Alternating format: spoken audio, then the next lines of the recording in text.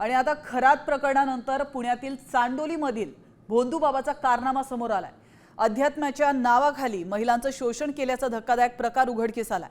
खेड तालुक्यातील शिवदत्त आश्रमातील नवनाथ गवळी या भोंदूने विवाहित महिलेचं शोषण केलं असा गंभीर आरोप केला जातोय। अशा तक्रारी समोर येत आहेत। मात्र अद्यापही आरोपीला अटक न झाल्याने संताप देखील व्यक्त केला जातोय।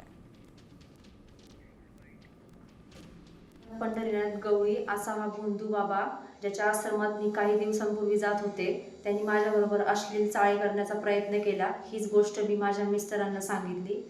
त्यांनी मग माझ्या मिस्टरांनी मला विश्वासात घेऊन पोलीस कंप्लेंट केली, पण ह्याच्यावर कोणतीही न्यायालयीन कंप्लेंट झालेली नाहीये, कारवाई झालेली नाहीये। बायकांना वशमध्ये करून घेतो आणि त्यांच्याबरोबर अश्लील चाळे करण्याचा प्रयत्न करतो। हा याचे गुंड पाठवतो, माझ्या मिस्टरांना धमकवतो। आम्ही कुठेही रस्त्याने गेलो तर ह्याचा आम्हाला त्रास आहे, याची माणसं आम्हाला येऊन धमकावतात।